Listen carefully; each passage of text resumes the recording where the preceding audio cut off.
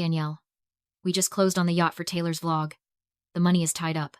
That was my father's response when I called him begging for $12,000 to save my leg. I was sitting in a medic tent with my bone exposed, terrified I would lose my military career. He didn't ask if I was okay. He just sighed and said, "Use the pain to build character." Then hung up. In that split second, the pain in my leg disappeared, replaced by a cold, hard fact. To my own parents, I was worth less than a boat. Before I tell you how I took their boat, their house, and their freedom, drop a comment and let me know. What is the most unforgivable thing a family member has ever said to you? I read every single one. I didn't scream. Screaming uses energy, and I had none left to spare. I sat there in the medic tent, staring at the phone in my hand, dissecting my father's words like I was analyzing intel. We bought a boat. It wasn't just a rejection, it was a valuation. My ability to walk, my career in the military, my entire future was worth less to them than a fiberglass recreational vehicle for my sister's vlog. I took a breath, held it for 4 seconds, and exhaled for 4. Tactical breathing. It works for sniper fire. And apparently, it works for family betrayal. I looked at the physician assistant. She was already filling out the paperwork for a medical discharge. I knew what that meant. Without the surgery, the ligament wouldn't heal right. I'd be limping by Christmas and out of the service by New Year's. My life, the one I had built to escape the suffocating narcissism of my parents, was dissolving in real time. Then the tent flap opened. It wasn't a doctor, it was Jason. My brother looked out of place against the sterile canvas walls, his mechanic's jumpsuit stained with grease, his eyes red-rimmed and exhausted. He'd driven 4 hours straight after I texted him the news. He didn't say a word. He just walked over to the cot, reached into his pocket, and pulled out a thick, messy wad of cash. He pressed it into my good hand. It was $1,200 in 20s and 50s, smelling faintly of oil and old metal. I looked at him, confused. Jason barely made rent most months. He was the one who fixed things, the one who stayed quiet, the one our parents ignored because he worked with his hands instead of his image. "I sold the chest," he said, his voice rough. My stomach dropped. The snap-on tool chest. It wasn't just a box. It was 10 years of his life. It was his livelihood. It was the only thing he owned that had any real value. He had sold his future to try and save mine. "Jason, you can't," I whispered. "That's your job." "You walk," he said, cutting me off. "That's the job. I can turn wrenches with cheap tools. You can't run on a bad leg." He didn't ask for a repayment plan. He didn't ask me to sign a contract with 5% interest. He just gave me everything he had because he couldn't stand to see me fall. In that moment, the contrast was so sharp it drew blood. My parents had millions in assets and credit, yet they wouldn't part with a dime. My brother had nothing, and he gave me the world. I closed my hand around the cash. It wasn't enough to cover the surgery. The bill was $12,000, but it was enough to wake me up. I had been saving a settlement payout from a training accident 2 years ago. A safety net I swore I'd never touch unless it was life or death. I realized, looking at my brother's scarred hands, that this was it. I wasn't going to lose my leg, and I wasn't going to let Jason lose his tools forever. I used his money to pay the deposit. I used my settlement to pay the rest. I went under the knife 4 hours later. When I woke up, the pain was sharp and clean, the kind that heals. But as I lay there in the recovery room, listening to the beep of the monitor, I felt something else taking root in my chest. A cold, heavy resolve. My parents thought they had simply saved money on a bad investment. They didn't know they had just declared war.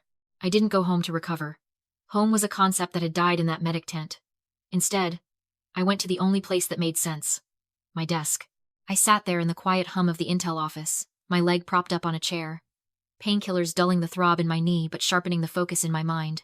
My parents thought silence was a punishment. They hadn't called since the rejection. "No, how was the surgery? No, do you need groceries?" Just radio silence. Assuming I was somewhere suffering. Learning the lesson they thought I needed. But silence isn't a punishment for an analyst. It's an opportunity. I opened my laptop. I didn't need to hack their bank accounts. I didn't need to guess passwords or install spyware. People like my parents, people who live for the applause of an audience, leave trails everywhere. But the real truth is always buried in the boring stuff, the paperwork no one reads. I logged into the county clerk's public records portal. It's a free, legal database available to anyone with an internet connection and the patience to navigate a government website. I typed in my father's name. The screen refreshed, and the myth of my family's wealth evaporated in pixels. There it was, filed 28 days ago. A notice of default. They weren't just behind on the mortgage for the glass house. Their lakefront mansion. They were drowning. The document listed the arrears. 4 months of missed payments. The bank had initiated pre-foreclosure proceedings. I kept scrolling. It got worse. There were 3 separate IRS tax liens filed against the property in the last 2 years. The successful business my father bragged about was bleeding cash, leveraged to the hilt. And yet, they had bought a boat. I sat back, the glow of the screen reflecting in my eyes. It didn't make sense mathematically. Why buy a luxury yacht when the bank is 30 days away from seizing your front door? Why refuse a $12,000 loan to save your daughter's leg, only to sign a 6-figure contract for a fiberglass vanity project? Then I understood. It wasn't a financial decision. It was a psychological survival mechanism. There is a specific kind of madness that infects the image-obsessed. It's called the wealth illusion. To people like David and Sarah, financial ruin isn't just a problem. It's a form of death. Being broke is shameful, but looking broke is fatal. When the walls start closing in, a rational person cuts costs. A narcissist spends more. They buy the boat not because they can afford it, but to prove to the world and themselves that they aren't sinking. The yacht wasn't a purchase. It was a disguise. It was a desperate, shiny shield held up to blind the neighbors so no one would see the foreclosure notice taped to the gate. My leg wasn't sacrificed for their financial security. It was sacrificed for their ego. They let me bleed because helping me offered no social currency. Saving a daughter happens in private. Buying a boat happens in public. I looked at the numbers again. The total debt was staggering $850,000 in distressed mortgages and loans. Most people would see a tragedy. I saw leverage. They were standing on a trapdoor, smiling for the camera, completely unaware that the latch was broken. All I had to do was reach up and pull it. I didn't storm the castle. I bought the mortgage.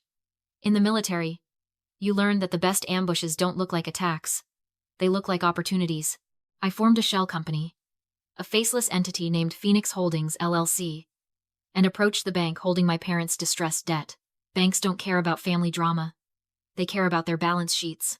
When I offered to buy the toxic loans on the house and the boat for a lump sum, they didn't ask why. They just asked for the routing number. Once the paperwork cleared, I owned everything. I owned the roof over their heads, the floorboards under their feet, and the ridiculous yacht docked at the marina. But ownership wasn't the goal. Eviction was. And to do that legally, quickly, and brutally, I needed them to walk into the trap themselves. I hired a lawyer to act as the face of Phoenix Holdings. Mr. Sterling was perfect for the role: silver hair, an expensive suit, and a voice that sounded like old money. I gave him a script designed specifically for a narcissist's ear. He wasn't there to offer charity. He was there to offer a strategic partnership. Sterling met my father at his favorite lunch club. I wasn't there, but I had the transcript. "Mr. Henderson," Sterling said, pouring the wine, "my client specializes in assisting high-net-worth individuals who are suffering from temporary liquidity issues. He admires your lifestyle management. He believes your brand has value." That was the key. He validated the lie. He told my father exactly what he wanted to hear. That he wasn't a failure drowning in debt, but a misunderstood genius just waiting for the right backer. The deal was a sale-leaseback agreement. Phoenix Holdings would pay off all the arrears, stopping the foreclosure instantly.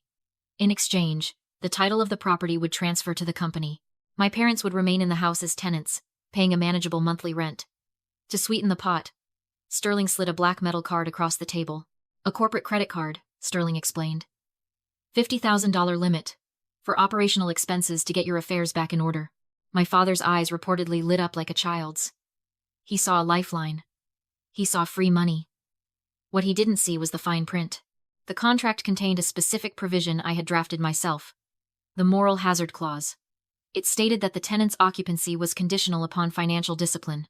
Specifically, any single personal luxury transaction over $500 charged to the corporate card would constitute a material breach of contract. The penalty wasn't a warning or a fee. It was immediate lease termination and a self-help eviction, governed by commercial lodging laws, not residential tenancy. Basically, if they spent money on toys instead of bills, they were trespassing. David didn't read it. Of course he didn't. Narcissists don't read contracts. They assume the rules will bend for them.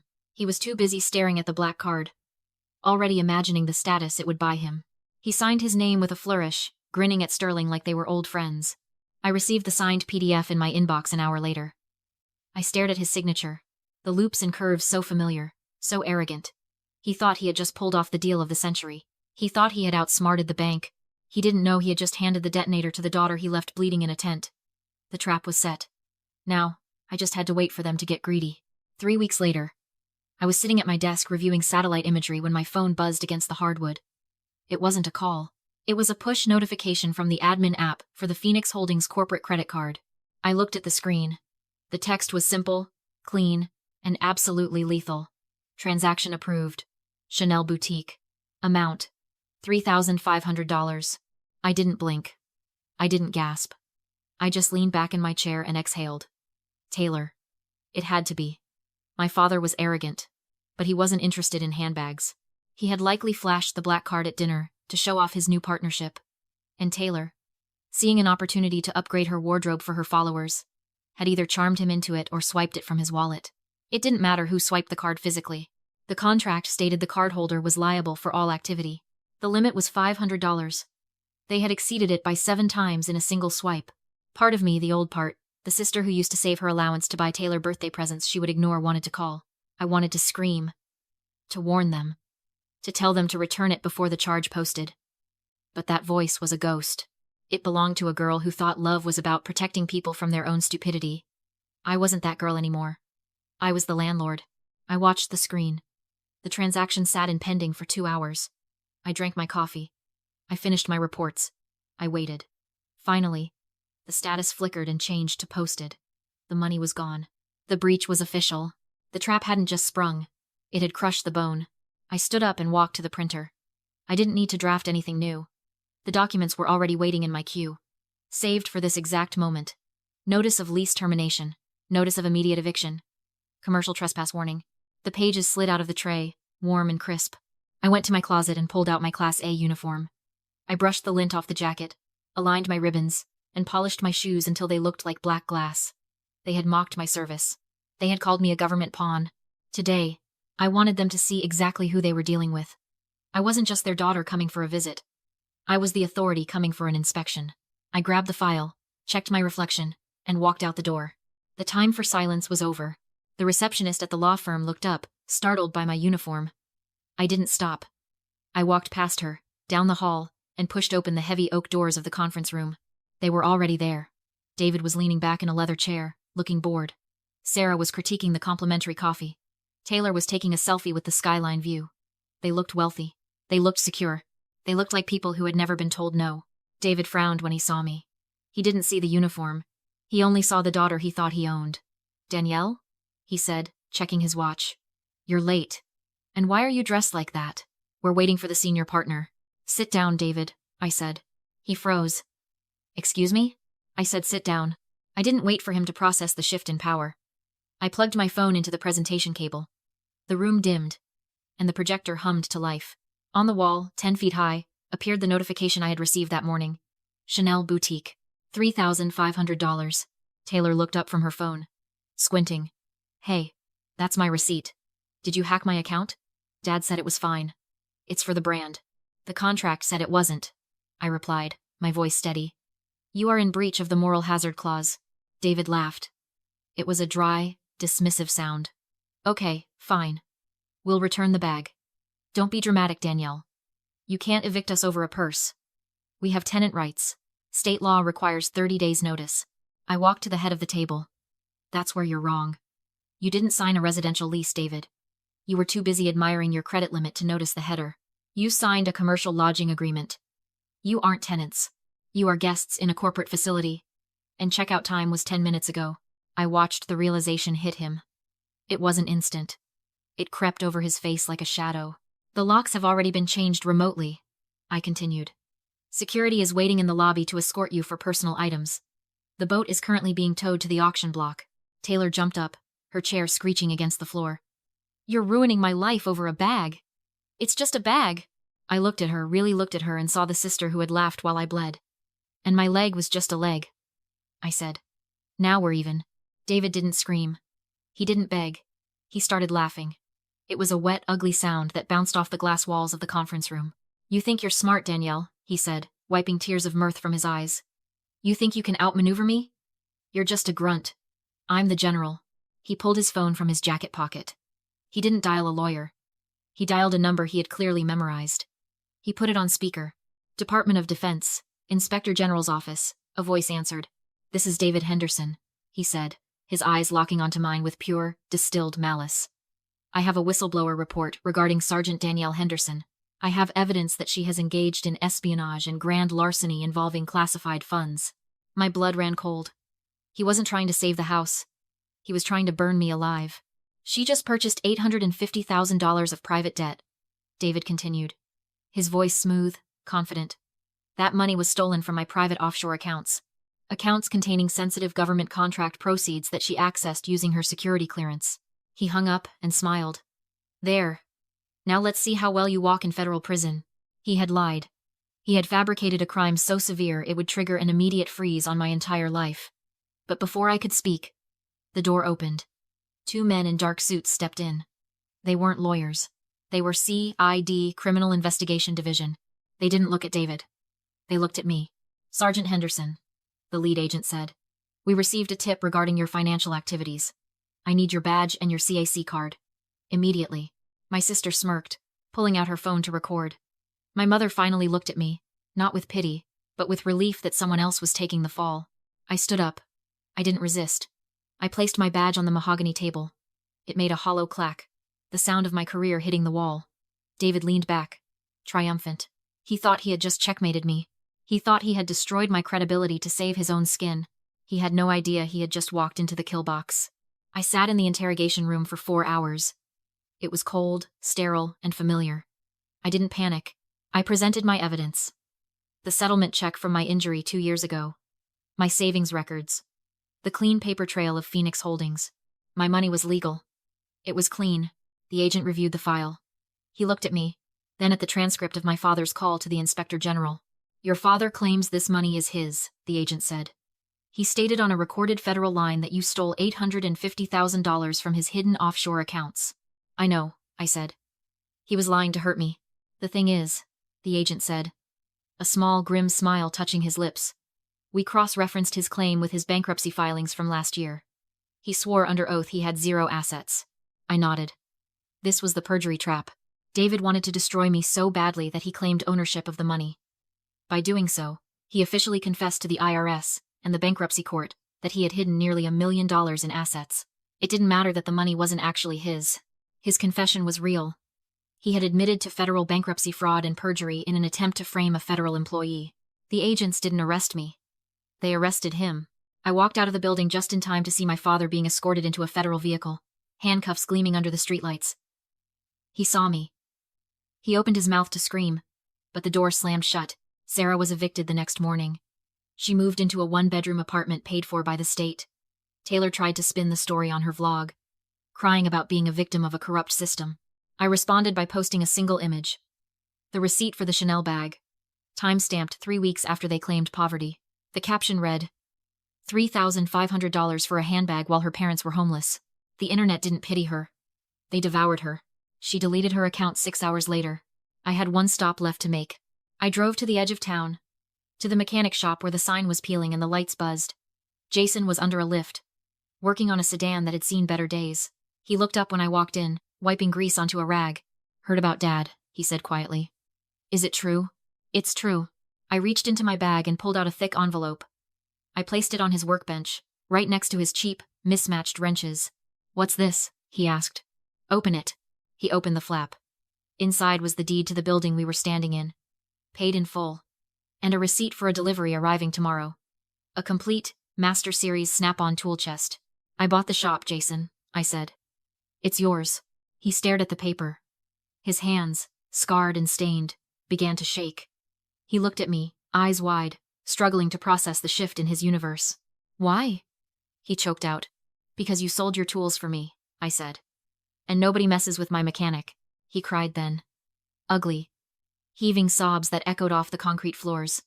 I didn't cry. I just stood there, watching him, feeling the final weight lift off my shoulders. I walked out into the sunlight. My leg didn't hurt. My limp was gone. My family was gone. And for the first time in my life, the silence wasn't lonely. It was free. My father thought he was playing 4D chess, but he forgot he was playing against the person who writes the rules. If you've ever had to save yourself, because no one else would, share this story. And if you're still waiting for an apology that will never come, stop waiting. Start planning.